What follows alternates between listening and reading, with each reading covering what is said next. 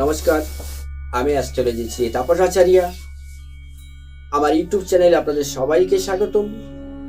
আজকে বলবো যাদের মাথায় তিল থাকে বা আঁচুলি থাকে বা জরুর থাকে, অনেকেই বলে তো, যাদের এই তিল থাকে মাথায়, তারা কিন্তু প্রচণ্ড মেধা এবং মেধাবী বলা হয়। ছেলে বা মেয়ে, এরা কিন্তু দু পয়সার কাজ করতে এদের পছন্দ হয় না। এরা যদি কাজ করে, একটা চলিত গল্প বলি, মারিত গান্ডাল লুটিত ভান্ডার। এদের কিন্তু ভান্ডার চাই অর্থের, এবং এরা কিন্তু সেই অর্থ ভান্ডার এরা কিন্তু ইনকাম করে।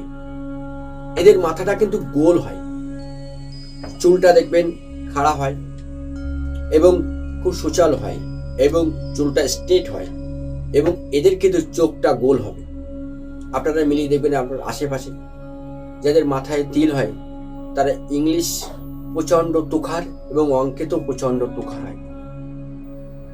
এরা কিন্তু একটা দারুণ মেধা এবং কেরিয়ার স্টিক। এদের জীবনে কিন্তু সফলতা খুব তাড়াতাড়ি আসে, কারণ এরা কিন্তু ওই 18-20 পরের থেকে এরা কিন্তু কেরিয়ার স্টিক হয়ে বসে। এরা কিন্তু ভাবে যে আমার জীবনে আমাকে কিছু করতে হবে। এরা কিন্তু সেই মুহূর্তে এদের চেয়ার, এদের পজিশন নিয়ে এরা সবসময় ভাবে। এরা ভাবে যে আমি ওর থেকে আরো ভালো, বেটার কিভাবে আমি রেজাল্ট করতে পারি। কারণ কি, এদের ভিতরে একটা গুণ আছে। যাদের মাথায় তিল থাকে, তারা ঠিক আধ্যাত্মিক জগতের, এরা অপরকে দেখে এরা নিজেরা আইডিয়া করতে পারে যে ও কি বলতে চায়, এবং আমি কোন জায়গায় জব করলে পারফেক্ট ভাবে আমি সেখানে জব করতে পারবো। তার কারণ এদেরকে জানিয়ে দেয় আগের থেকে।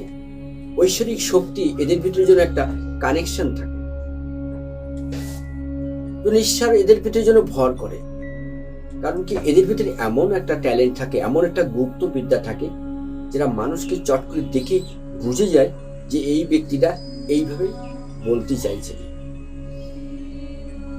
এরা কিন্তু নোংরা, ঝুট ঝামেলা, অশান্তি এগুলো পছন্দ করে না। তার কারণ কি, এরা খুব সাত্বিক, খুব স্টিক এবং খুব স্ট্রেট চলতে এরা পছন্দ করে। এরা স্বচ্ছন্দ থাকতে পছন্দ করে। যেমন রামকৃষ্ণদেব বলেছে, কাদায় থাকো কিন্তু কাদা গায়ে লাগাবে না, পাকাল মাছের মতন বাঁচো।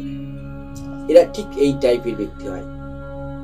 এরা খুব মিশুকি এবং খুব কিউট, এরা খুব সুন্দর দেখতে হয়। তবে আজকে এই পর্যন্ত। সবাই ভালো থাকুন, সুস্থ থাকুন। নমস্কার।